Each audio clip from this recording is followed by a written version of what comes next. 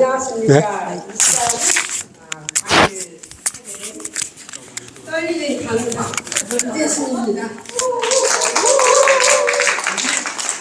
오늘 간단히 소개 말씀드리자면 1960년대 후반에 교육대학을 다니고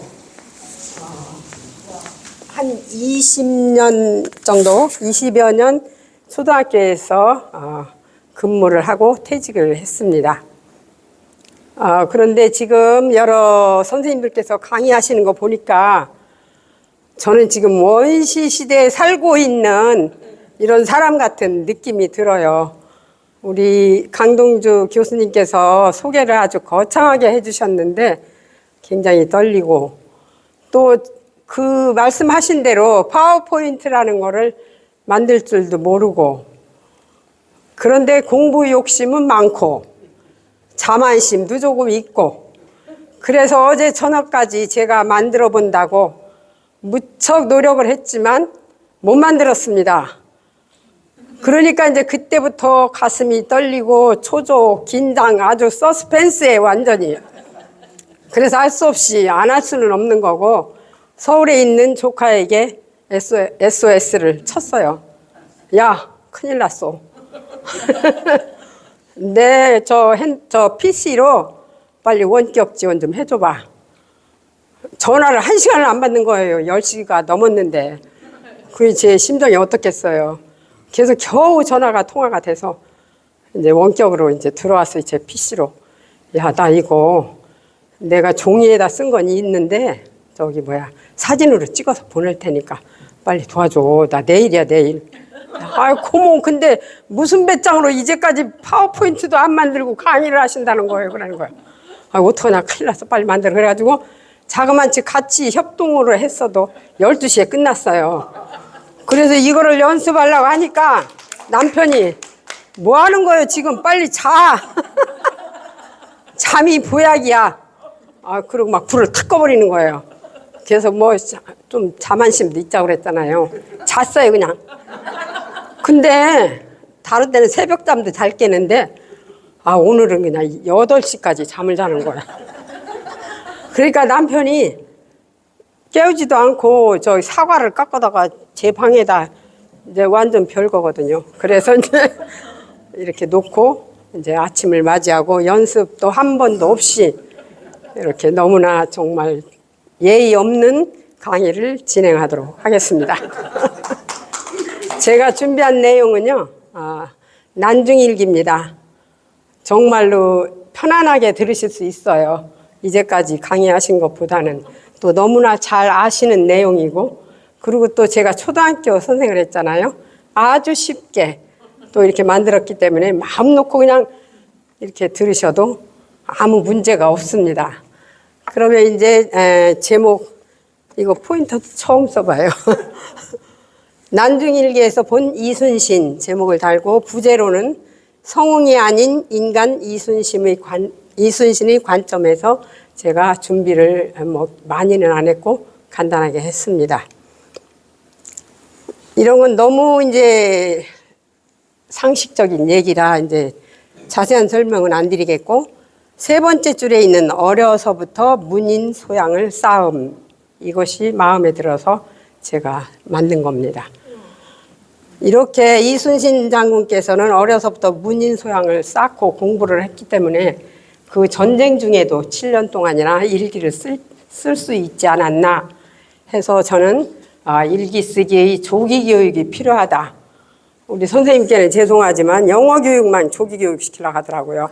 근데 제가 느낄 때는 영어 교육이 정말로 조기 교육이 필요하다, 이런 것을 느꼈습니다.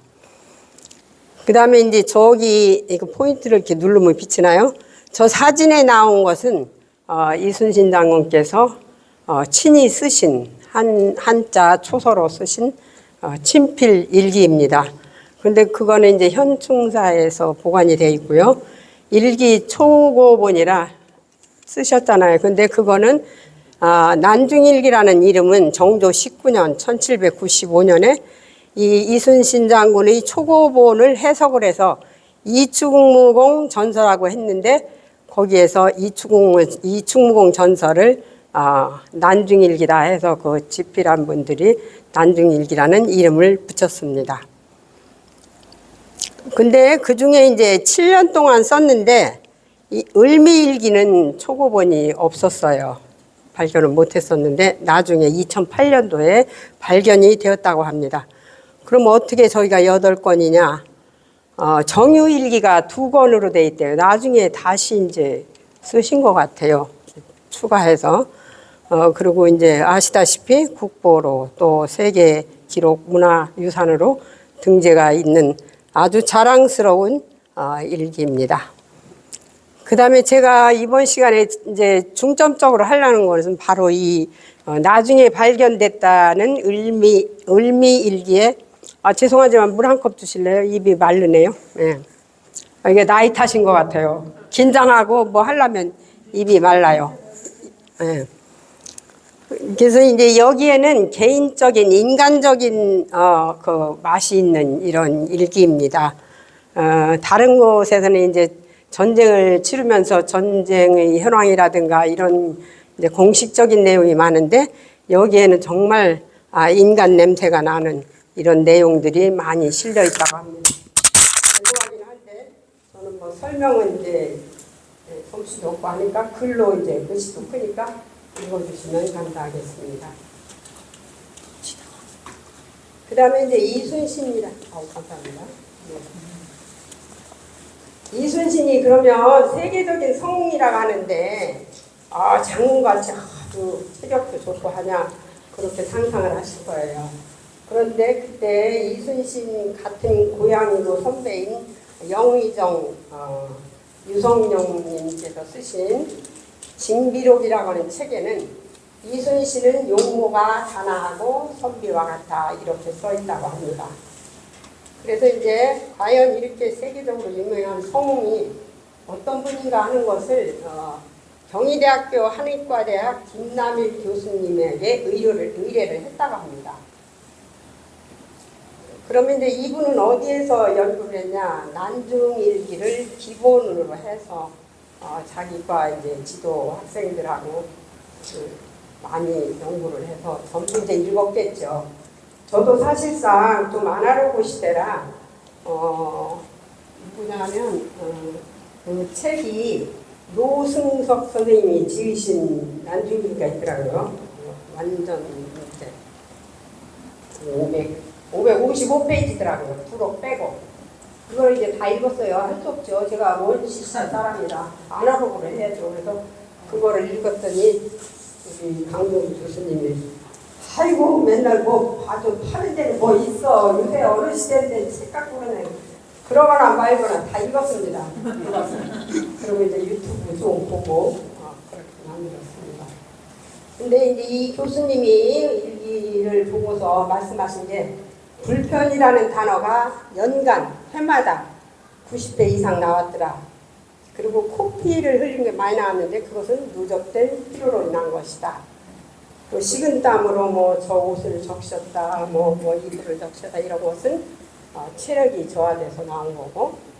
근데 광난, 우리가 광난 났다고 하잖아요. 저는 이제 광난이 곽자가 동그라미가 있는 줄 알았더니 박이더라고요. 광난은 구토를 하고 설사를 하고 어지럽고 어디 식은땀 나고 이런 건데 소화기 계통이 허약하기 때문에 이런 병이 있는 거고. 그 다음에 이제 불면에 관한 내용도 많이 나왔어요. 저도 다 읽었으니까 아는데. 그런데 그것은 심한 스트레스, 고뇌와 걱정, 근심 이런 것 때문에 많은 불면증이 있었다고 합니다.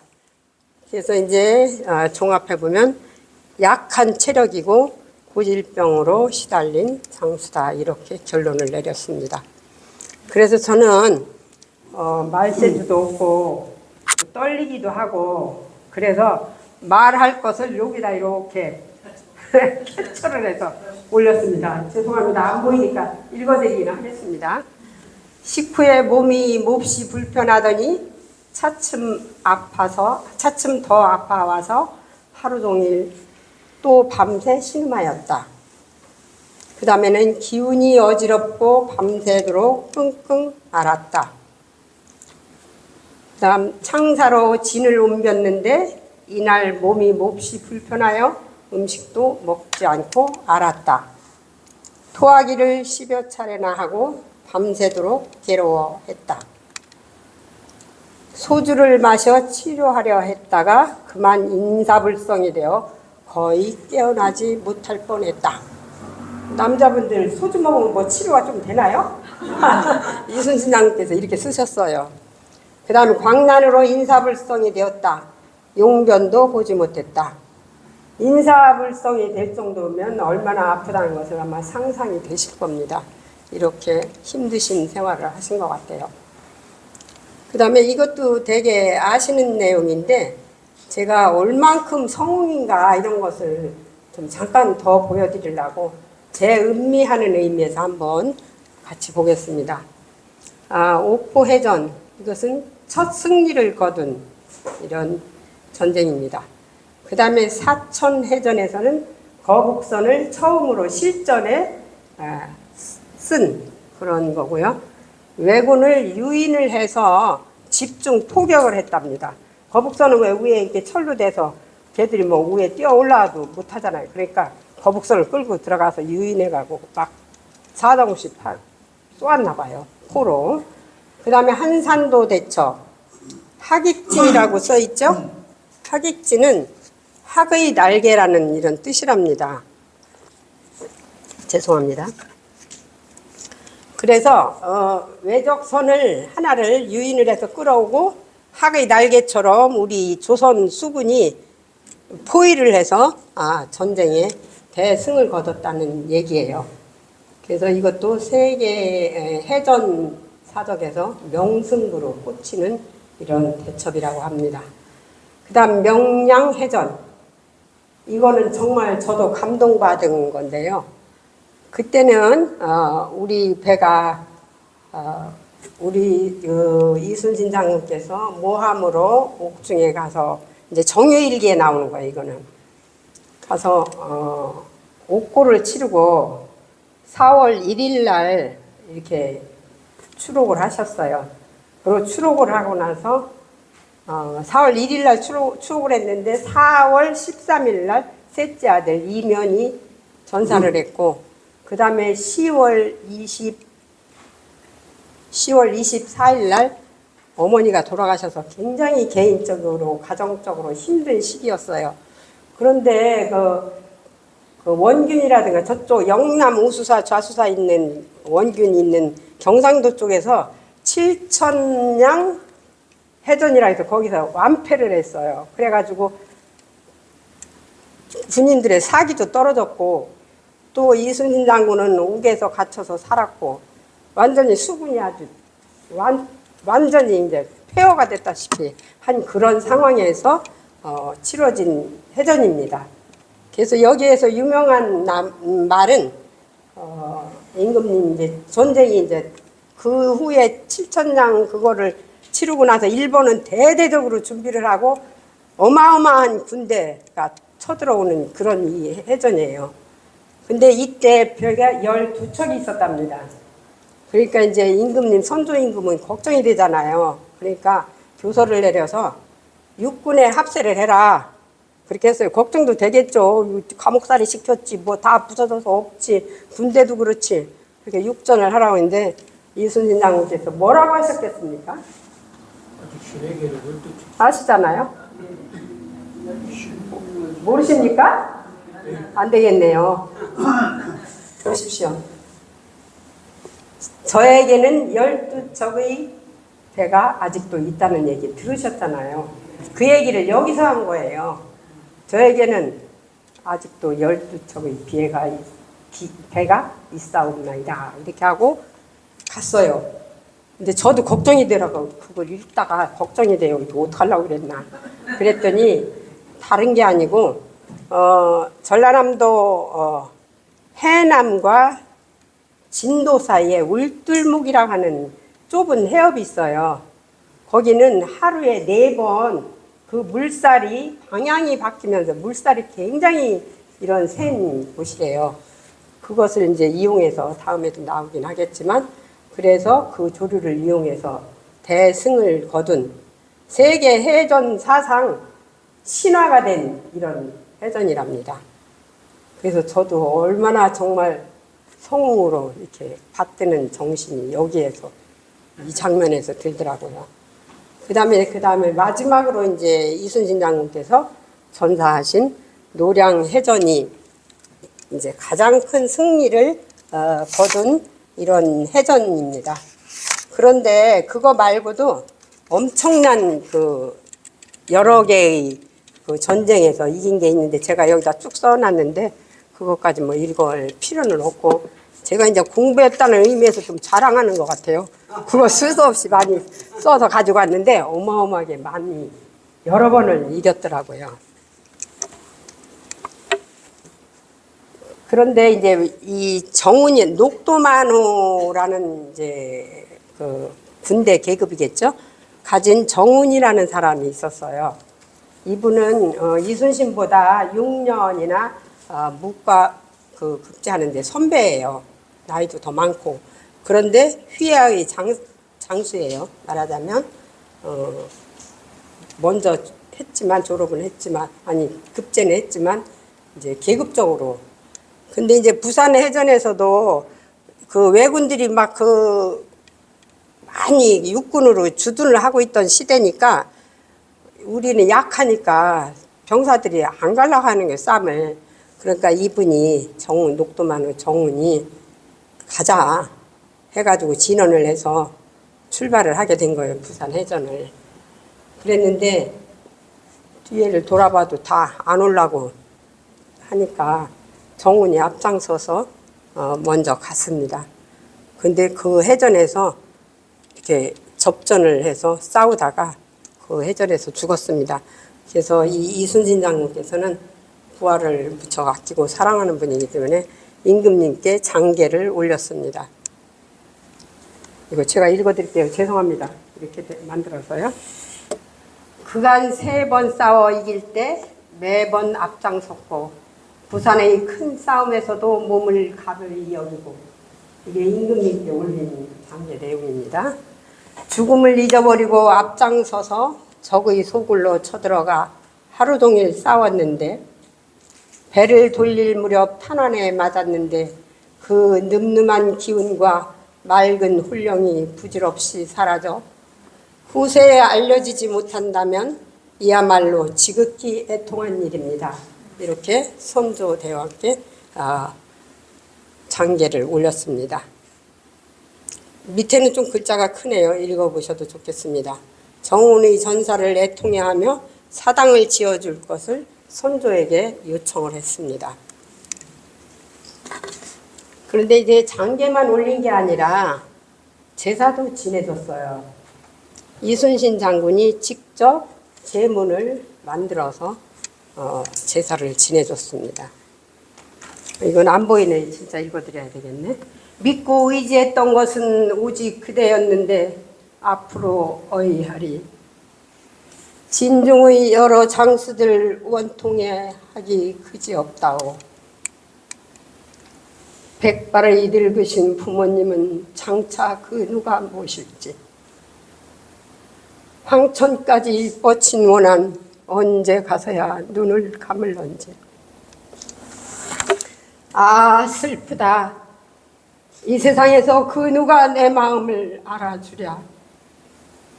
슬픔 머금고 극진한 정성 담아 한 잔 술 바치니 아 슬프다. 이렇게 무척 슬픈 마음으로 제문을 읽었습니다. 다음에는 이제 이순신의 지금부터는 이제 제가 원하던 이순신의 마음이 성웅이 아닌 인간으로서의 감정을 지금부터 이제 나오게 됩니다. 이순신 장군은 그러나 평민들 같이 막 그 표현을 하고 이런 거는 별로 없어요. 보면은 좀 절제하는 언어를 쓰더라고요. 제일 처음에 나오는 게 이제 아내에 대한 거. 아침에 아들 우르의 편지를 보니 아내의 병이 위중하다고 했다. 그래서 아들 해를 보냈다. 전혀 감정이 안 써 있잖아요. 그래도 나중에 보면 상당히 무거운 이런 느낌을 줄 수 있는 글들이 많이 있어요. 그 밑에는 관동의 숙모가 양주 천천으로 피난 갔다가 거기서 세상을 떠났다는 말을 듣고 통곡함을 참지 못했다. 이렇게 그냥 간단하게 항상 하십니다. 숙모까지 챙겨요. 그 바빠서 전쟁하고 언제 죽을지 살지도 모르는데도 일기장에는 숙모까지 쓰는 이런 인간다운 면모를 보고 저는 정말 감동을 했습니다. 그 다음 아들, 가장 사랑하는 셋째 아들, 면의 무덤입니다. 면은 명량해전이 끝나고 일본은 이제 일본 계획은 이 명량해전을 이기고 서해안을 통해서 한양을 점령하려고는 이런 계획이 있었어요. 근데 그렇게 이순신 장군이 물리쳤어도 이제 워낙이 뭐 120만 어쩌고서 상당히 많은 군대가 왔더라고요. 그러니까 이순신 장군한테 명량해전에서 완전히 깨지고 육군이 있는 남원성에서 저기 육군이 그 이순신 장군이 고향으로 쳐들어가서 죽인 거예요. 그러니까 양민들 막 백성들을 귀찮게 하고 막 도둑질하고 난리를 치니까 이 아들이 집에서 나와서 막 왜군들하고 싸우다 칼에 맞아서 죽었다고 합니다. 뭐 자식을 죽으면 뭐 가슴에 묻는다고 하는데 얼마나 뼈저리겠습니까? 근데 이제 집 종이 부고장, 요새 말로 하는 부고장을 가지고 왔어요. 그런데 그 안 죽은 아들이 쓴 그 소식이에요. 부고장인데 처음에 딱 뜯으니까 통곡 이렇게 써 있어요. 그러니까 여기 제가 한번 읽어볼게요. 봉암을 뜯기도 전에 뼈와 살이 먼저 떨리고 마음이 긴장되고 조급했다. 외적들이 여염집을 분탕질한다는 말을 듣고 달려나가 싸우다가 복병의 칼에 찔려 길에서 죽은 것이다. 간담이 타고 찢어지는 듯하다. 너를 따라 같이 죽어 지하에서 같이 지내고 같이 울고 싶건만 내 마음은 죽고 형상만 남은 채 울부짖을 따름이다. 간담이라고 하는 것은 간과 담낭이잖아요. 간과 쓸개.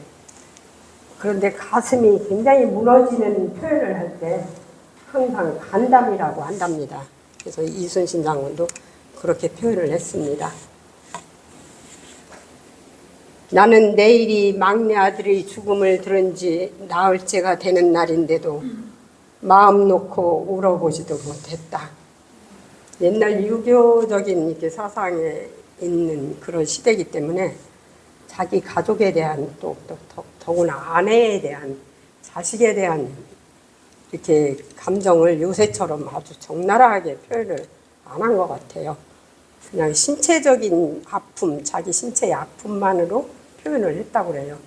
간담이 서늘하다, 뭐 애가 탄다 이런 식으로 아이고 뭐야 하면서 막 요새 흔한 그런 표현이 아닌 것 같습니다. 그 다음에 이제 어머니에 대한 글이 가장 많이 나오더라고요. 제가 다 읽어보니까. 그래서 어머니에 대한 내용을 한번 골라봤습니다. 해마다 설날은 어머니 말씀이 빠지질 않았고 생신에도 안 빠졌고 가장 생각을 많이 하는 것이 어머니였던 것 같아요. 아버지는 더 일찍 돌아가셔서. 그래서 상당히 많이 나옵니다. 그런데 그걸 뭐 다 할 수는 없고 그냥 제가 골라봤습니다. 어머니를 떠나 2번이나 남쪽에서 소를 세니 간절한 해안을 이길 수 없다. 아침에 어머니께 보낼 물건을 쌌다. 홀로 객창 아래에 앉으니 온갖 생각이 들었다. 어머니의 안부를 알지 못하니 걱정이 되고 눈물이 난다. 어머니께서 이질에 걸리셨다고 한다. 걱정이 되어 눈물이 난다. 어머니가 이제 여기는 어떤 장면이냐면 아산에 계셨다가 어머니를 너무 이제 보고 싶으니까 자기가 있는 그 전라도 좌수 그 자기 진영은 아니지만 가까운 곳에 어머니를 잠깐 한 2년 동안 모신 것 같아요. 그래서 어머니가 이제 가끔 이제 종을 시켜서 편지를 이순신한테 보내고 이제 했던 것 같아요. 그러니까 어머니 편지하고 이 여자가 지금 종이에요. 어머니 종. 그래서 편지를 받고서 곧 답장을 써서 미역 5동과 함께 집으로 돌려보냈다. 여기는요, 이순신은 엄청 바쁘잖아요. 전쟁 때문에 발로 보낸 것 같아요. 그 다음에 이제 어머니가 돌아가셨을 때 그때가 제일 이제 감정이 많이 북받칠 것 같아서 3개를 골라봤습니다. 이거는 수록을 해가지고 백이종군 하는 때 4월 1일 날 수록을 했는데 4월 13일 날 돌아가셨어요. 그러니까 가는 도중에 상을 당해서 잠깐 집에 가서 이제 많은 사람들이 도와줘서 출장을 치르고 영정을 이제 차려놨는데 그 앞에서 이제 곡을 하면서 작별을 한 거 그때 쓰신 것 같아요. 영전 앞에서 울부짖으며 곡을 하노라니 어찌하오 어찌하오 천지 사이에 어찌 나와 같은 일이 있을 수 있겠는가. 차라리 일찍 죽어버리는 것만 못하리라. 메어지죠 가슴이. 뭐? 뭐예요? 아니 제가 더 만들어달라고 했는데 덜 만들었나 봐요. 아이고 이거 참 제가 그런데 하나 써온 게 있어요. 마지막에 이순신의 이제 감성적인 면을 이렇게 해달라고 그랬잖아요. 그래서 거기에서 이제 일기와 편지가 하나 있길래 그거를 그 조카한테도 부탁을 못했던 거라 그냥 한번 읽어드리려고 합니다. 끝이네. 아까 거기. 끝이에요? 뭐 제가 원망할 수도 없죠. 밤 12시에 해달라고 그러고 나는 못한다. 이렇게 사진 찍어서 보내. 이걸 만들어줘 했으니까. 어쨌든 일기 하나요. 달빛이 하얀 비단결처럼 고우니 밤늦게까지 감상에 젖었다. 이런 거고 편지는 그 전에 같이 있던 이제 감옥에서 왜 이렇게 지키는 사람 있잖아요. 그 사람한테 보낸 것 같아요. 그거 편지는 안 써왔네요. 제가 오래 시간을 끌까봐 시 하나 한산도 야음 이게 밤에 쓴 거겠죠. 그것만 적어왔네요. 한 바다에 가을빛 저물었는데 찬바람에 놀란 기록이 진중에 높이 떴구나. 가슴에 근심 가득 잠 못 이루는 밤 새벽달이 들어와 활과 칼을 비추네. 이거는 이순신 장군께서 일기에다 쓰신 시입니다. 여러 가지로 부족한데 들어주셔서 정말로 감사드립니다. 첫 강의가 좀 떨렸습니다.